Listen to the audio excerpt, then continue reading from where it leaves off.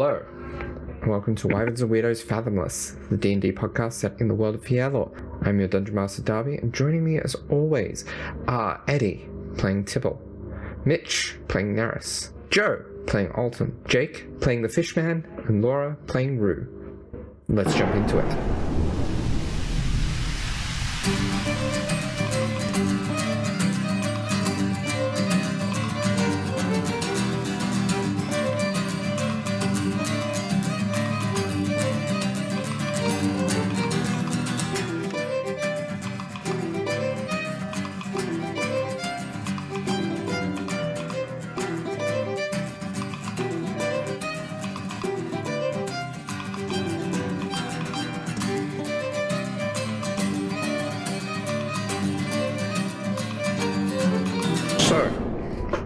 Where we last left off, the senior officers of the Polaris prepared themselves for their journey into the temple by meeting with and discussing the parameters and location of the temple and their mission with the priests of Shognesh in the underwater city of 𝗖𝗔𝗦𝗧, where they were told the story of how the priests of the temple had been forced out by the Sahuagin war band, who now call it home.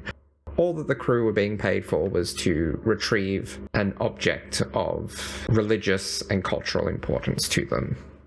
After the senior officers gathered supplies around town, the crew used a water-breathing spell amongst them all, including, as was neglected in the description, ham is included in. So, as you swim down, it is worth noting, who does not have dark vision? Rue and Neris. Rue and Neris. So Rue and Neris, without some form of lighting, as you get deeper and deeper, are going to start to struggle with being able to see. Rue still has like that level of like glowing, which will probably be picked up a lot more by the like the water around them as it starts to get darker for everyone. But like it doesn't extend that far, like, and they just start to just look a little bit more listless and just entwine their little like long fingers around like the hard sort of shark fin that Ham has. I'll just note that while Tibble does have a swim speed, he actually would be hanging back a little bit to make sure that the crew are all together. He also has his sword, which glows a 15-foot radius of light out from him. So it means that even if he's further than that from you, you'll be able to find him and see him as long as he's not obscured by something else. But while you're within that light sphere, you'll be able to see. All right. Nice. I will just mention, just like visually and everything, Alton like would have like tentatively tried to like approach Tucker initially, the seahorse, the sea stallion, and try to be like, "You all right to carry me along?" And I rolled a dirty 20 for animal handling, so I'm guessing that the seahorse is very welcoming to having Alton like kind of gently try to like hold on to its back, and they're kind of moving in sync down through the depths. Yeah, I think for 24 I'll allow that. Yeah. So, even with the dim light from Tibble's blade, it's a bit hard if you don't have dark vision to see too far in front, but those of you with dark vision would be able to start to see the temple in view ahead of you to begin with.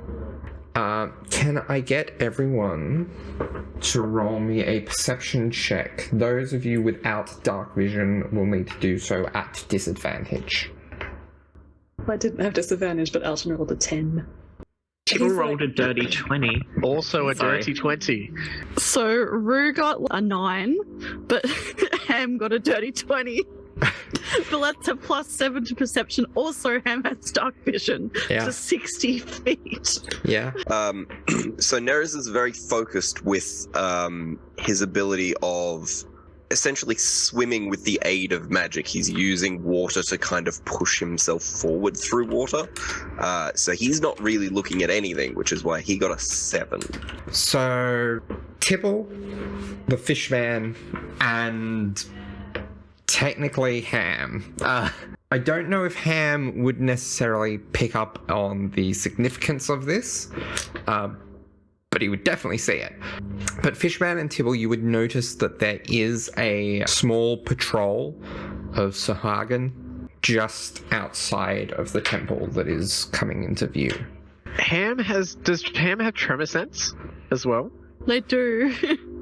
So they probably like feel like the water a little bit, I guess. Ham also has a passive perception of 17. I think Ham actually should be the player character here. Because it's like an adjusted bullet that dummies also make his hand look a little bullet. Yes. So it's not too broken, just to let listeners know. A bit more in line with what you might expect out of a player character's companion at 5th, 6th level. Tibble would have sort of motioned for everyone to come to a halt. Darby, I have a couple of rapid fire questions to hit you with. The first one is this temple on like the ocean floor? It is. Okay, and would there be like corals and rocks and stuff, or is it like a flat ocean? It seems to be mostly a flat plain area of the ocean here.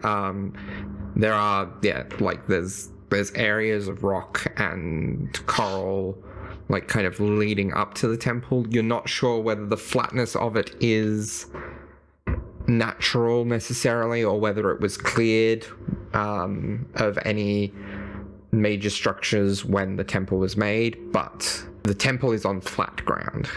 Third question, can we speak underwater? If we can breathe underwater? I would say yes, because like you have the capability to breathe underwater, so you can speak. You might have difficulty with hearing over long distances, so the distance the sound can travel will be shorter, so you might have to be louder to communicate over a closer range than you would usually have to be louder for. Very quickly, is there a rock or corals nearby that are big enough for us to kind of duck behind out of sight, including with a bullet? Or will the bullet blend in at the very least a little bit and look like a rock? I'm gonna let you roll. We'll call it a stealth check to kind of gauge if there's anywhere that's gonna be a feasible. That's a 17. Okay. There's not really anywhere that you're all gonna be able to hide together, but there's a couple of little formations where you could probably split into 2 groups, maybe 3, depending on how well you can hide the bullet. So Tibble is going to kind of motion and direct everyone down a little bit, just to be partially covered by whatever form of closest rockiness or cover they can find is. That brings me to my final question, which is, what specifically does this temple look like? The main structure itself seems to be mostly angular, though you see there are 2 round towers protruding from the back of it. One of them taller than the other, looking out of it or into it, depending on your perspective. The doors to enter seem to be a double door, about 10 feet wide. The base structure seems to be fairly simple in construction. Well built. Walls are stone, polished, smooth, presumably by countless years of exposure to the water. You can just catch some little bits of light glinting off what seem to be inlays of tentacle-like depictions inlaid into the walls, and in particular wrapping around the towers at the back of the temple. But other than that, it's not a particularly remarkable temple from the outside. So Tibble, once he sort of directed everyone down, I think he probably, when he spotted the patrols, he probably looked across to Fishman and they probably nodded acknowledgement of the fact that they could both see that patrol. So he kind of gets everyone in a bit of a game circle, I guess. It looks like there's a patrol on the exterior of the that temple there. I think we should maybe play it safe and see if we can time this well between patrols. So what's our game plan? Are we going, does anyone have like any disguise or invisibility magic, or are we going the distraction route?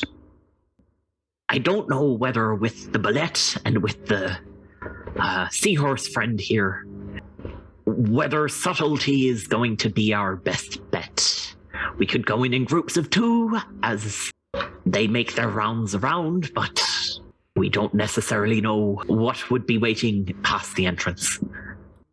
Should we take some time to observe their patterns, and if they have any? Hey, if we feel we can spare that time, shall we set up our proverbial camp here then and have a little game of watch the Sahuagin? Just a suggestion, Captain. I believe that Ham would somewhat look like a rock from distance. If he can stay still, perhaps we can hide behind him. This is possible. I have not given him a polish in some time. The longer you're doing a stakeout, it's the longer that they have to do the same to you, really. So having a good bit of cover will be quite helpful. I think it's a good idea. Learn patterns, learn routines, see if we can find any more information. Tibble kind of swims up a little, leans on top of the bullet and like pulls out his hand telescope and starts watching, and he's like, come on then, if it's a stakeout. How exciting. I've never been on a stakeout before. I will also very quickly mention, to answer an earlier question, I do not have any sort of disguise magic. I can move through walls, and I can find things sometimes if I am familiar with them, and I can cure disease and heal the sick. But I am not very good at becoming invisible. I'm sorry, lad. Did you say you can move through walls? Yes. Can you not? And Tibble he directs his telescope towards the temple. Can he see through any window, or is like one of the doors open or anything like that? The door is not open. You can see there is a window up in the tower. From your vantage point, you can't see if there are any additional windows on like the sides of the temple. You do see though that like you can tell that the door isn't in the best condition. Looking at it through the spyglass now.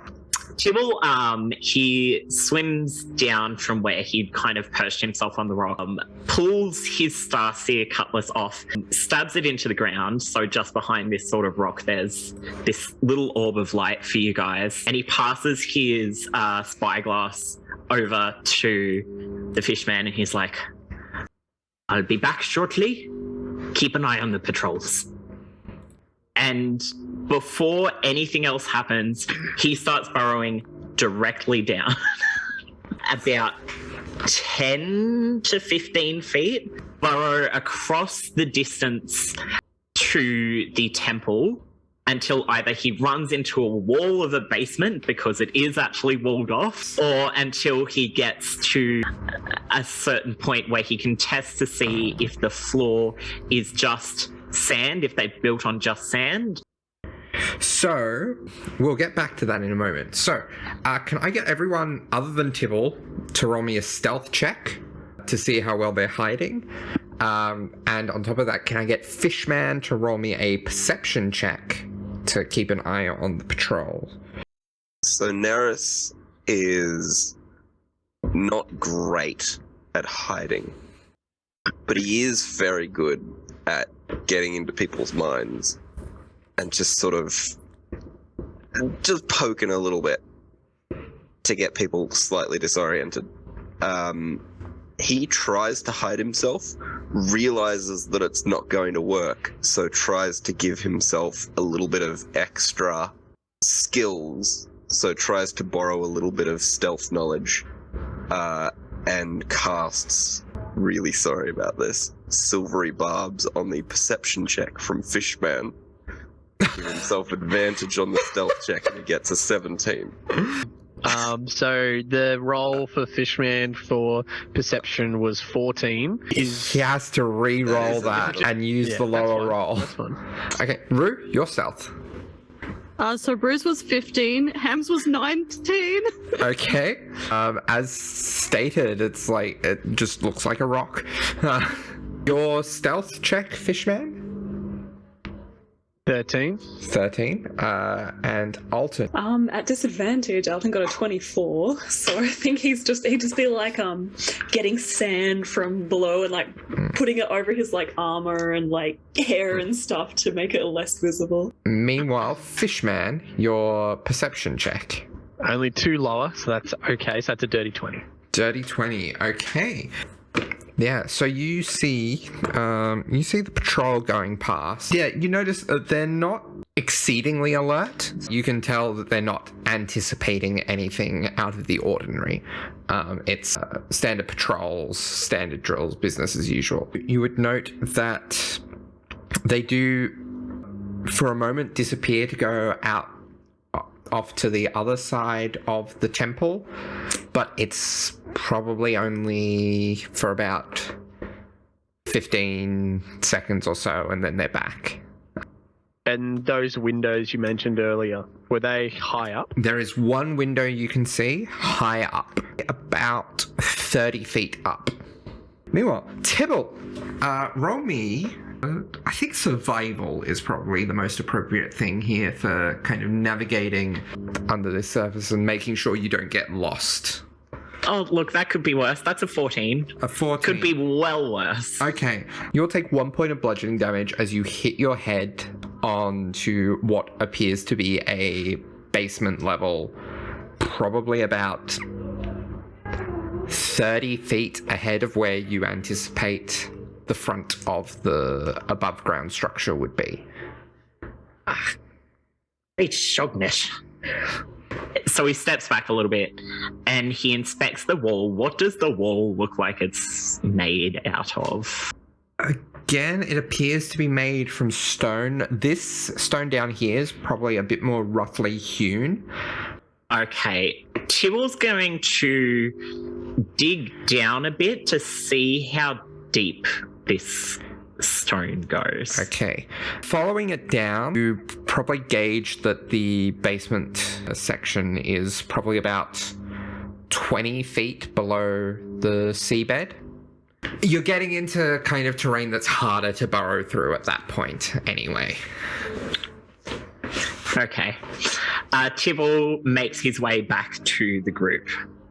While the captain is just like digging around underneath the water, Neris is going to look around, kind of like a little bit pleased with himself that he's able to disguise himself as a seafloor, but also a little bit disgruntled at the fact that he had to do it at his friend's expense. And he looks around to see if anyone is sort of looking at him, and notice that essentially Alton is missing.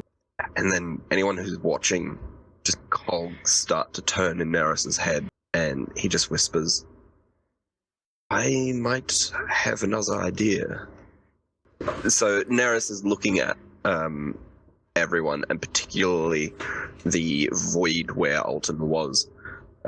It's just like a little, you think it's a clump of kelp. Neris looks at this kelp. "You are incredibly quiet and sneaky." Oh, yes, I certainly can be. There are some of us who are not as sneaky. For one, I have never been one to sneak around in shadows. No offense, but Rue, you are quite large. Yes. potentially, instead of all of us going in to start with, we send a small exploratory team with a much higher success rate. That is a good plan. I have broken into my share of buildings in the past, and it's not really a good idea to just send a whole mass of people in. Do we have any issue with perhaps yourself, Alton, going in with maybe one other individual? Yes, I'd be happy to do that, and a person to be backup would be nice. Who do you believe would best complement your skill set? Perhaps Fishman. I think you've got the fighting skills. Are you very sneaky? Somewhat, yes. I believe I could be of assistance. And don't forget about Tucker. He's still here.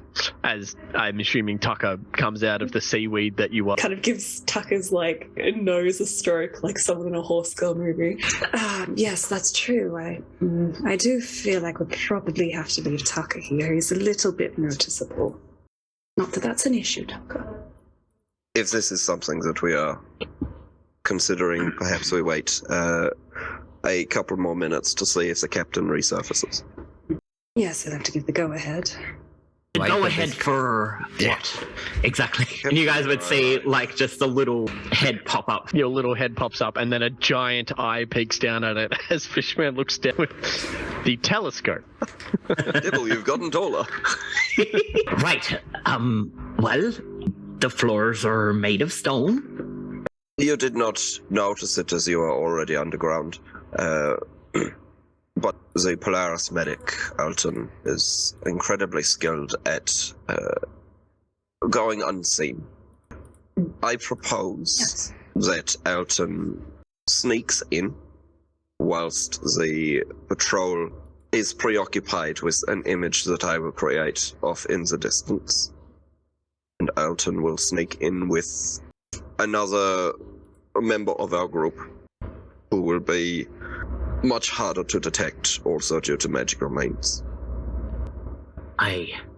What sort of thing were you thinking of conjuring a distraction with? A small disturbance in the water, something to seem like there is either a group of fish that are fighting or a potential incursion, but when they go over, there will be nothing there. Can Fishman please use the telescope to look at the window? Does it have a hinge? It looks like the window would be openable. Yes. Mm-hmm. Is it possible to see a lock? Some form of that would probably handle on the inside? Roll me a perception check. And I believe that's 23. 23. You can just barely make out what seems to be a latch on the inside of it.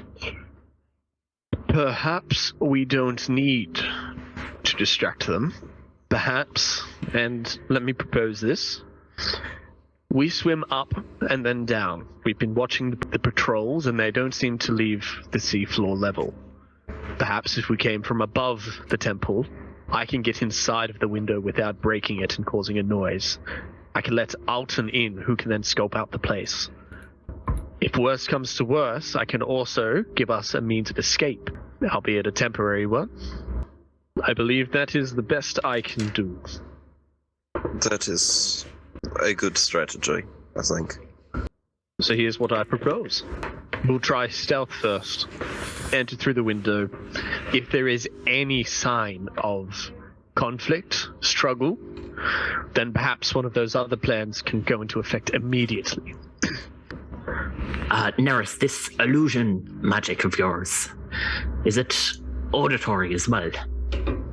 It is not illusion magic. And 𝗖𝗔𝗦𝗧 will use a cantrip of shape water on a tiny little bit of water in front of him. He will turn it from clear to opaque. He will turn it to look like it's muddy. He will turn it to make it look like it's writhing. He will freeze it. He will unfreeze it. So, are we ready to go? Fishman, Alton? All right. Absolutely. One quick question. As he uses shape water in front of him, he's going to use 2 instances to cover his entire height, and he's going to make it opaque if he can. Does this obstruct my vision at all? Does it make it harder to see me? It makes it seem like the water is opaque. Perhaps that's another card up our sleeve. You might, if you're trying to make it opaque enough to help with stealth, any perception might be at a disadvantage, but that would be the trade-off for having your stealth at advantage. I think during this, Alton has been taking off his scale mail armor. Please don't let Ham eat this. Would appreciate it back. Ham is a very good boy. Tell that to the budgeting for our kitchen utensils. Could I quickly cast Detect Magic? Neris is also ritually casting Detect Magic as well. Okay. Just in case we're in different areas. Does anyone have Locate Object? That might be an idea as well, maybe. Is on an object that we are familiar with, though, yes. Yes. Has been described to us in detail. That would not be enough to be considered familiar to you. However, there is the option to locate the nearest object of a particular kind, I depending can on... point in the general direction, but I'm not sure how accurate it would be. But as it has been pointed out, I am very large. My involvement would probably be better externally. If you could point us in the direction, knowing if it is up or down would be handy. I could certainly do that, or at least try. Brew will cast the Locate Object, I guess. That's fine, Yeah. all good. Alright, so what kind of object are you trying to hone in on? Oh, well, mantle, I guess. That's more accurate. All right. It's like anyone could have a clasp on. Yeah. So you sense the direction to the object's location as long as that object is within 1,000 feet of you. And previously, Rue has pointed their hand like a needle compass towards when he's used the spell. And so yeah, he is pointing directly at the tower. Not necessarily directly at the window, but directly at the tower where you can see the window. Rue, you also know that it is not in motion currently. I can make no promises. So Rue communicates that with Fishman, Alton, and Tibble, and everyone else. As Fishman finally casts Detect Magic, he will also go up to Tucker and kind of just put a hand on him as he dissipates into bubbles. Just a heads up, there is no more Tucker. Alton looks sad briefly. Tucker will return. Ready when you are, Neris. I do have one question. Your method of entry into this window. It is Misty Step. Perfect. Well, then this will not affect you in any slightest. Do you remember when you were younger? No. Then, okay. I'm sorry. No, that is fine. Sometimes when you are young, you are smaller and you are able to hide behind or in things a little bit easier. And then when you grow up and you get larger, it is more difficult to hide behind things. What I am suggesting is you become smaller, not younger, but smaller. And Alton can hide you. So you definitely get taller when you grow. I think it's a great idea. Perfect. I would like to say this won't hurt a bit, but I've never cast it on myself, so I don't know. And Neris will cast Reduce on Fishman. Yeah, so Fishman is reduced. You are little and tiny and cute. Fish boy. Is Fishman still bigger than Tibble? I need to know for science. Yes. He is half his height, so he is still 3 times taller than Tibble. And then some. It's not even that much smaller, really. Yeah. Size is halved in all dimensions. Weight is reduced to 1/8 of normal. You're currently considered a small creature. You have disadvantage on strength checks and strength saving throws. Your weapons also shrink to match your new size. No unnecessary risks. Captain's order, please. Of course, Captain. Of course. Good luck, you two. Do we need perhaps a signal or something? There are two ways I can alert you if something goes wrong. One you'll have to see, and one is a chance that it finds you. If you see Tucker, it is a bad thing. However, if perhaps you see a fog of cloud, that is also a bad sign. Tucker can come find you. The cloud cannot. Lad, can I get you to lean down here a second? Yes. And he reaches out a paw. He's like, can I have your hand? Okay. And you see he pulls off one of his rings, and on you it fits like maybe on the end of your pinky. This'll help, but I do want it back. What exactly does it do? It's not just moral support. I will note, as a magic item, as it ends up on the tip of the pinky, it widens itself slowly to like just descend down the finger. It's how I swim so well underwater. Alton now has a swim speed of 40 feet. Oh, damn. I feel like upon like the ring going on his finger, he would suddenly feel a bit slightly more energetic, like not in any like hugely significant way, but he'd feel somewhat more capable, which would really like throw him for a loop. And just like, oh goodness, thank you. I will definitely not lose this. This must have cost a fortune. It was a gift from Kara. I'm sure she would be more than fine with me loaning it out to you. All right. Don't go getting that hand chopped off now, would ya? I always try not to. All right? Right. Good luck, you two.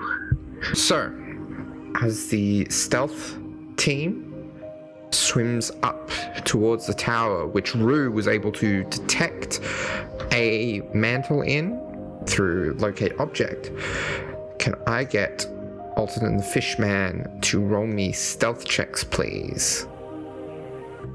Were you guys also doing the shape water thing? I was going to do it because I was a faster swimmer than Alton, and it uses somatics. So using somatics and swimming at the same time might be a bit weird. So I was imagining like half speed or something, but I don't think that's necessary. Alton got a 19 for stealth. 16 for Fishman. 16. Okay. Can I also get stealth checks from the distraction crew to make sure that they're hiding?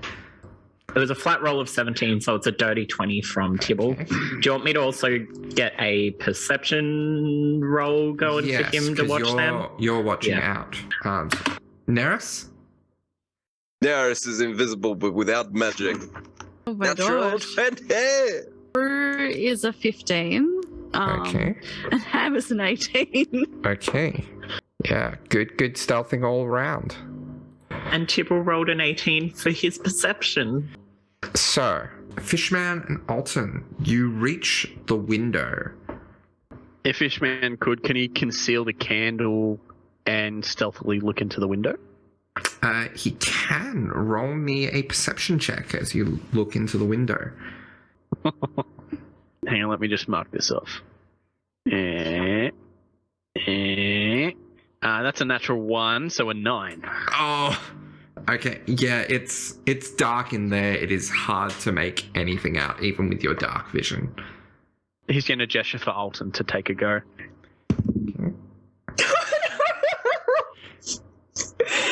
That's also a natural one.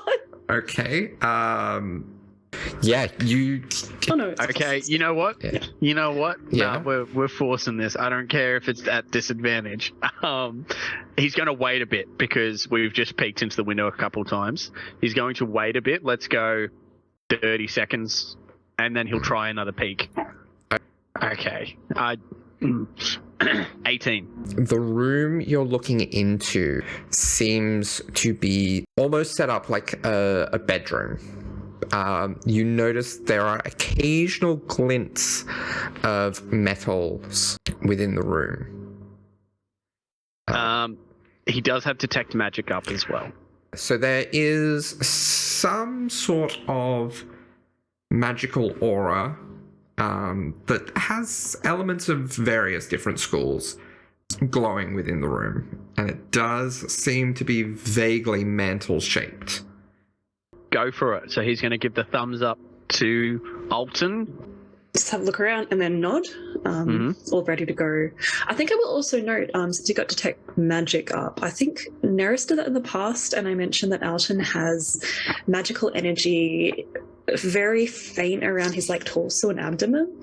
I think so. You would see that, and I didn't mention what school of magic it was last time. It's mostly abjuration and a little bit of transmutation. He will note that, but it doesn't phase him at the moment. He will use Misty Step to get inside of the room. So you Misty Step into the room, put out once your candle is extinguished. And then his first action will be to unlock that window or unlatch it. Okay, so you unlatch the window, open it up. Now that you're in here, you're able to see. It's still not the clearest. You're definitely not seeing in color because it is quite dark. And Alton, you would see this too, as I assume you come through the now open window. The room is well furnished, though most of the wooden furniture in the room, most of the furniture in here is wooden and seems to have worn away somewhat by rot. Though it has been reinforced with gold and mithril to prevent it from breaking entirely. You also both see there is a bed with 2 figures sound asleep in it. One of them a little bit bigger than the Sahuagin who boarded your ship. So just put his fingers to his lips and then just indicate 2. Just gonna try to swim. Yeah, well, not actually, anything. If Fishman can, he would like to see if he can just scope out some easy spots to hide under furniture as he goes ahead as well. Because if there's any hustle and bustle, he's going under a piece of furniture because he's small now. You gauge there might be some feasible hiding spaces as long as you are still tiny. It might be a little harder if the spell is dropped. Oh, okay. Yeah, it's concentration. It's concentration and it only lasts a minute. Okay, well, in that case, he knows exactly where the mantle is. He's going to go up to that stealthily. That's +3, so that is 14. 14. Okay. Let me see. Let's roll perception checks for both of them at disadvantage because they are asleep. Okay. You notice the larger figure starts to stir a little. Fine, Fishman's going to go back to one of those spots he scoped. Okay. Roll me another stealth check. What are you doing, Alton, in that moment? Yeah, I think Alton would probably also try to hide behind the furniture, or at least just get down at the eye level. Okay. The 2 of you roll me stealth checks. Alton, do yours at disadvantage, please.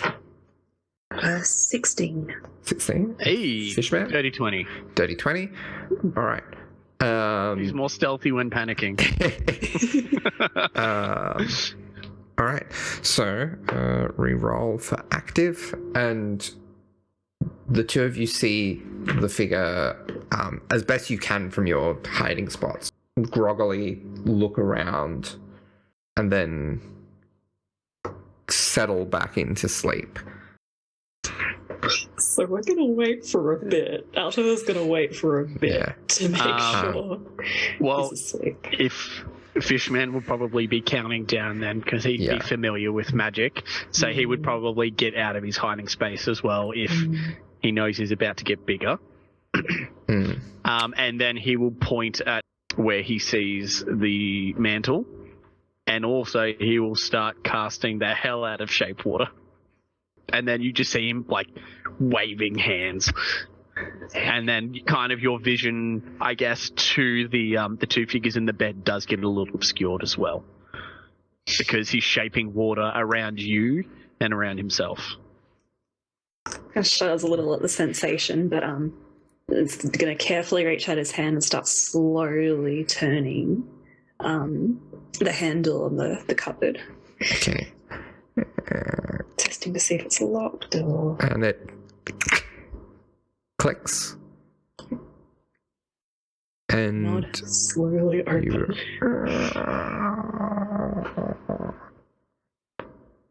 Nothing happens.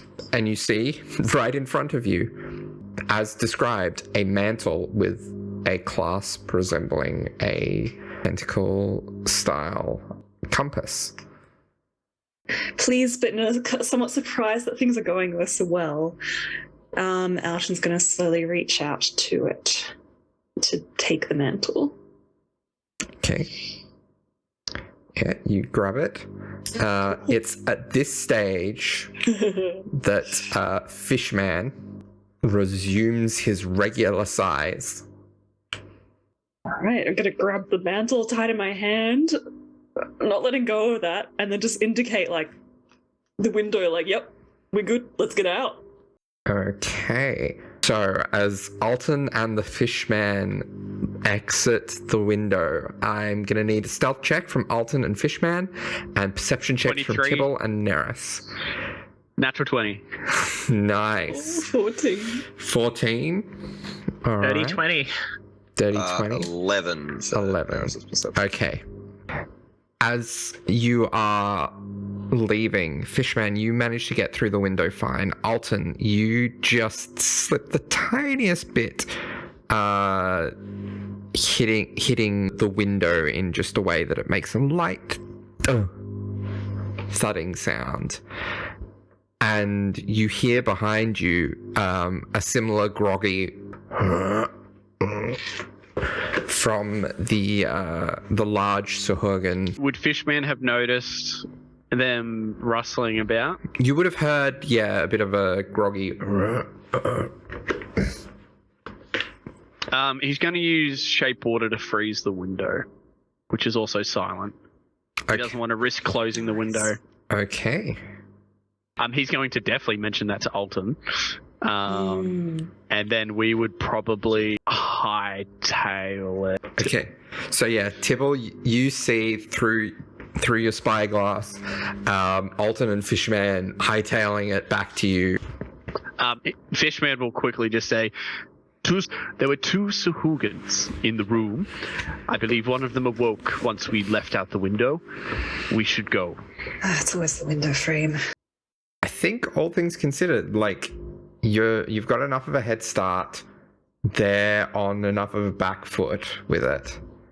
It takes a while because of the slower members of your group, but you make it back to the ship without any real incident. We successfully did a stealth mission. We succeeded. What? Pretty much D&D never. Pretty much as soon as everyone is on deck, Tibble starts calling orders to the crew for a swift exit. Also, pretty quickly upon returning to the ship, Alton would hand the ring and the cloak, the mantle, over to Tibble. Here you are, boss. Your ring, and you can look after this one. You did an excellent job. There'll be time for congratulations and celebrations later, but great job, everyone. Yes, I'm genuinely impressed. I would be careful with that cloak, that mantle. It has magical properties, and I'm not quite sure what they are. Perhaps if someone has identify, it would be handy to know what we have. Everyone would be looking very bedraggled currently as well, except for Fishman, who will be pristinely dry, I imagine, by this point. Neris is also in varying degrees of dry, as he's pulling sections of water off of himself, actively making his way up to the rear of the ship, the big quarterdeck behind the helm, and says, I have the magical capabilities to identify this item, but perhaps we should focus on getting out of these waters as soon as we can, and looks over the edge of the ship and is getting ready to cast a spell if he sees anything moving underneath the water as we're moving along. Okay.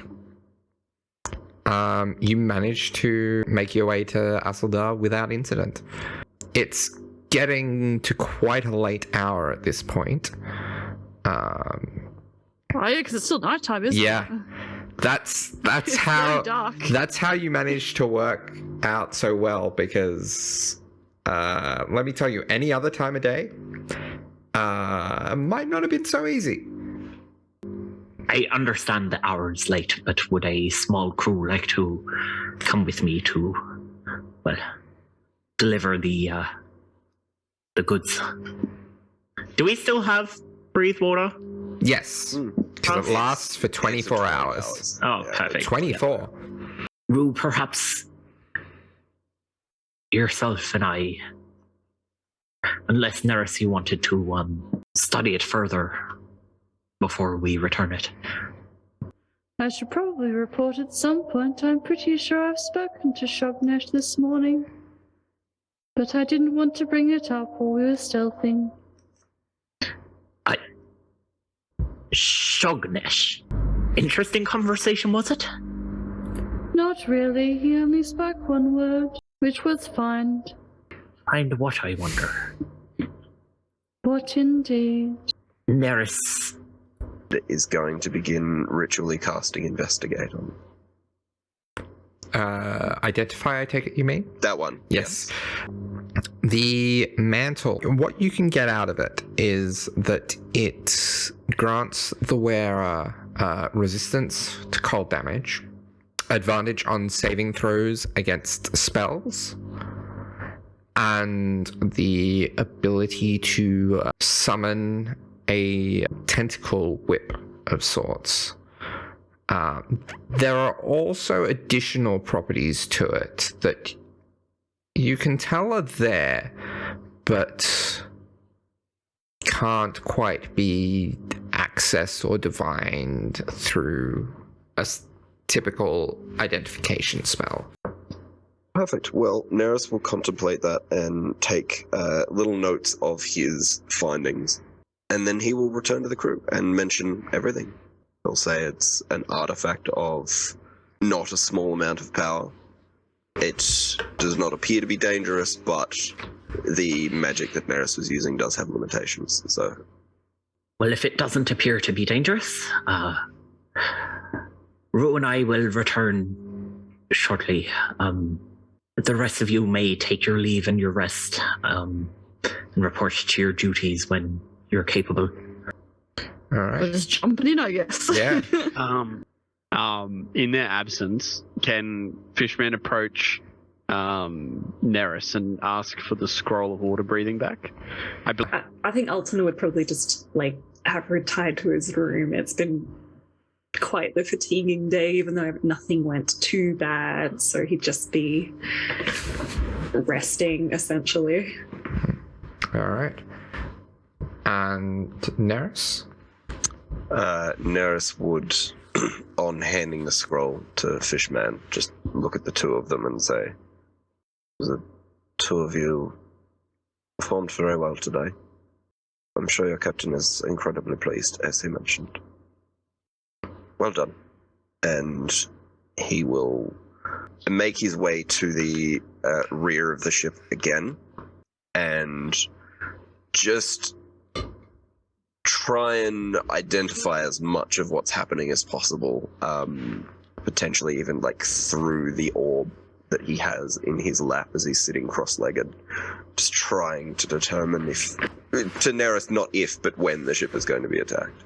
Okay. Meanwhile, descending down into 𝗖𝗔𝗦𝗧, 𝗔𝗦𝗦𝗧 and Rue. It's probably not too long before you make your way down to the underwater city. And you find the 𝗖𝗔𝗦𝗧 temple, and I take it knock upon the door. Yes. Yes. You are greeted by Acolyte Alder, who seems a little tired at this hour. He says, "Oh, you have returned already." Apologies on the late hour. We thought it'd be best to Well, come post haste, I guess, given It is circumstance. important to you. Of course, I'll get Fathomless, and they quickly go in, and it's not long before Fathomless. You have the mantle? Maybe come in. Of course. Tibble kind of walks in with Rue in tow, I'm assuming. Yes, yeah, Rue follows. Again, just more sort of being quite distracted by the different iconography. Right. Well, Tibble kind of reaches into, I guess he probably put on a pack or something to swim down to have it in, so it's not just swamping him in materials. But he opens up his pack and he passes up the mantle, and he's like, is this some... I mean, it has the clasp, I believe. This is the one. I thank you so much for what you have done. We will send message forth to your employers and make sure that you get your payment. I appreciate it. I am just glad to have our mantle back. I hope it brings you joy and some small comfort. Apologies, we couldn't do more. But I'm sure you understand. I understand. But while you are here, I should warn you. Best not to tarry if you can avoid it. I fear a storm may be brewing. Right. Well, I suppose we'll be on our way then. I thank you again. We appreciate this. I thank you again for what you have done. May the seas treat you well. And Rue just like nods their head down at them, and then kind of like turns around and starts. And may the waves guide your slowly path. walking. And I take it you go straight back up to the ship. We swim back up. Rue looks very weird when they try to swim. They're a robot, so it's very... Yes. That's a lot of strength going into this. Yeah, and with that additional element of struggle, it does take you a little bit to reach the surface of the water, and back onto the island and row back to the ship. And by the time you reach there, it is quite dark, and there are some slight rumblings in the distance of thunder. And no one would really notice this for a while. But Tibble and Rue, as you make your way back onto the ship, you see on the crow's nest, Fishman, I presume, still staying watch there. Mm-hmm. But Correct. silent and still above him, perched almost at the top of the mast, there is a figure. You look to the other mast, and there is a flash of lightning that hits down and blasts out and doesn't seem to damage the mast in any way, and suddenly apparates in mist and lightning on the deck of the ship, as if to meet you. And that is when those of you who are present have your attention drawn to a familiar figure standing on the deck of the ship. Well, hello there, crew of the Polaris. As the lightning crackles and dissipates, the figure on the other mast disappears in a cloud of mist. And then reappears on the deck in an amber mist. Hello there. I think you'll find, crew, we have some unfinished business. Due to his alert feat, like it's more of a technical thing, but just flavor-wise, he would have perhaps noticed the charge in the air before the lightning struck, did a big sigh, folded up his scroll of water breathing, and pocketed it, only then to be showered with lightning. And after Loren and Cerise gave their little speech, he would have said, "What are you doing here? What do you mean by unfinished business?" I come bearing paperwork. Paperwork? We have an important matter to discuss. With all of you, but mostly with your quartermaster. Where is the little man hiding? You said you had paperwork. And she reaches into her little thigh bag. And could I actually get some people to make a little insight check on Loren? If they feel like they would? As soon as Loren was revealed, an insight check went off from Neris. 22 insight from Neris. Loren's pissed. You don't know her, but you've seen her moves pretty well, and you know the difference between her, like, being annoying and, like, when you've poked too close to home, like you did aboard the Red Phoenix. Something has happened. She is angry. Not at any one person in particular, but there is just something about the way she stands and the way she moves. She looks pissed. And it almost feels like Cerise is there to watch the fun. Cerise is just standing there smirking.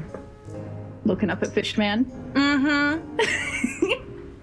Well, Quartermaster Sololanti, last time we were aboard your ship in exchange for my continued employment on the own boat, we were told to give you a favor. In the midst of acting on that favor, we were interrupted. And she looks over at where Alton is probably starting to walk up the stairs. By an altercation. And then probably looks over at where Tibble is like peeking up over the railings and goes, that turned violent. So we never got to complete our side of the bargain. So we went off, and out of the kindness of our hearts, we finished the job. However, that did cost some time and some gold. And she reaches into her little thigh bag and pulls out a very tight, professional-looking scroll that's been tied and sealed with a little wax seal.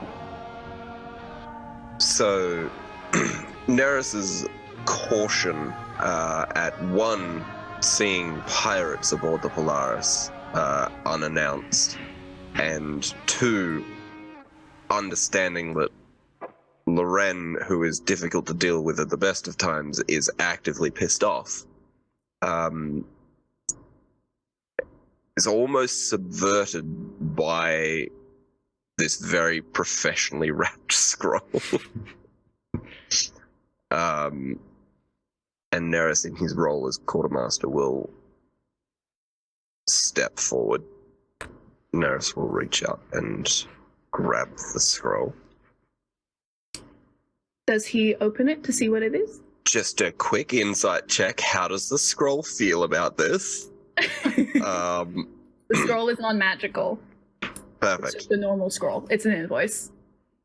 It's a normal piece of paperwork. Wonderful. Is it like a wax seal? Yeah. Respect. We pop the seal. We are going to take the seal and like just pop it off the ribbon as well and just pocket it for later. And then we'll look up at because it's like fully raining now, isn't it? Yeah. Cool.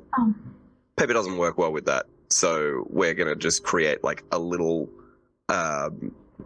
like a dome, which doesn't quite function very well, but it'll do for the moment, the time being. Just like a little shell of ice, which is like almost beginning to crack already.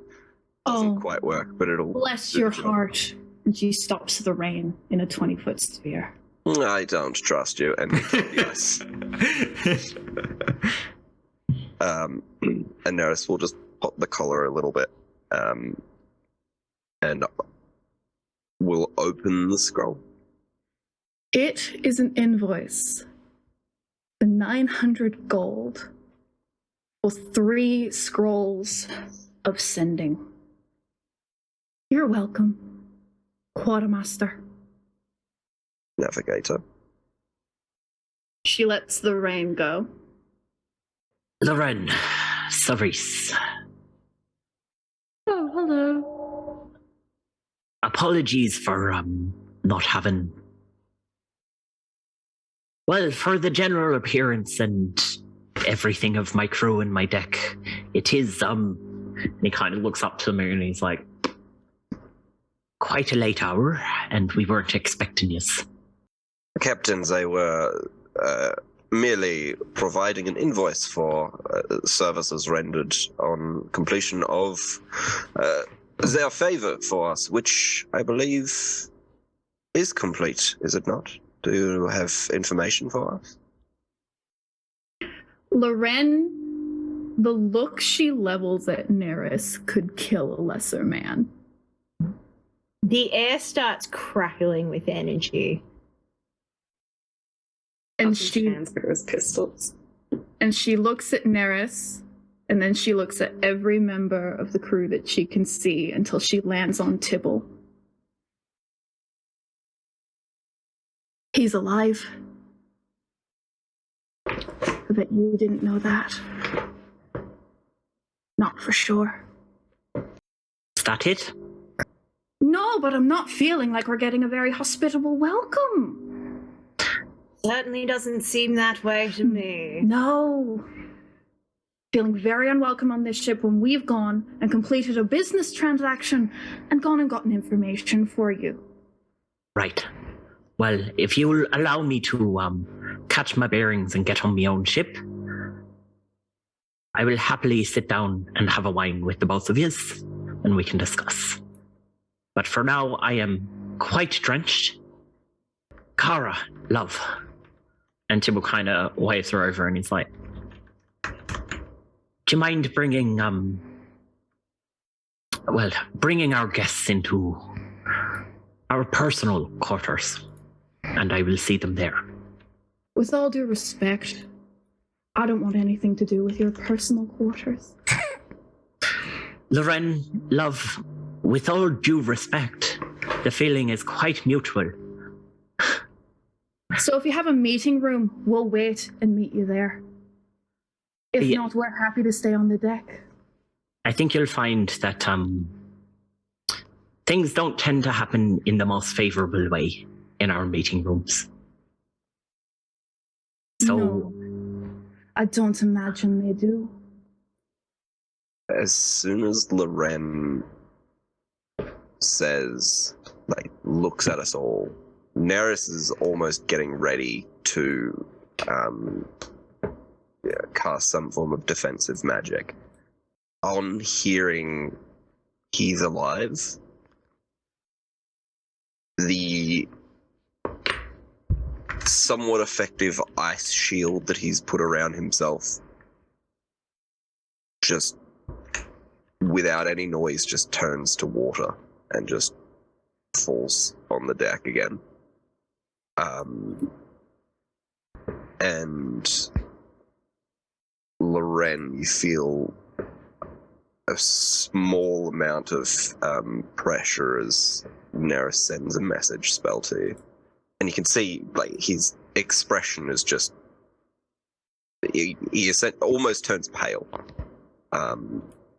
And he says, do you know where? Apparently your captain doesn't think you're privy to that information. So think on that. Next time you call me the bad guy.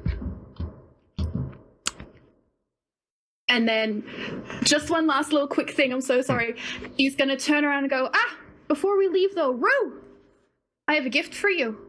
It's not a big thing, but I thought you'd like it. And she reaches into her little thigh bag and pulls it out, and her mood is completely changed. She is happy to see Rue.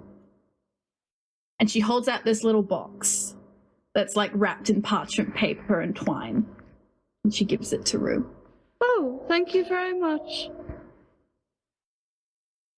Anytime. take it.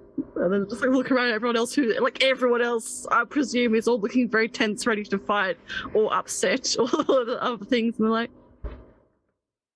I appreciate it very much. And then we'll have a little peek inside. But we can cover that next if we want to. That's fine. Yeah. Loren turns and follows her captain. Yeah, as they're led away, Cerise does just quickly turn around and flash a very sharp, toothy grin at Fishman. And that's where we're going to leave it for this week. Yes. Oh, There we go. Yes. so much afoot. Thank See you you. next week, everyone. Yes, thank you for listening. Thank you for watching. We'll see you next We'll time. see. Thank you. Yes, we will. Bye. See you next Bye. week. Bye.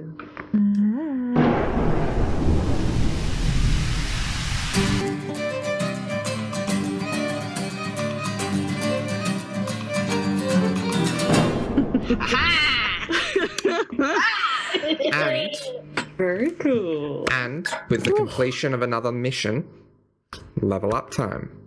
Oh! Does that mean I get Revivify now? Please. I think it's like 9 for paladins. Yeah, that makes sense. That's alright. It's a step closer. Yeah. After that, just performance of anger from Loren and just like that drop of he's alive, but like, you should probably already have known that. I don't feel like we deserve a level up. I feel like that's Neris Neris so talking. bad. Oh, face. I couldn't have told.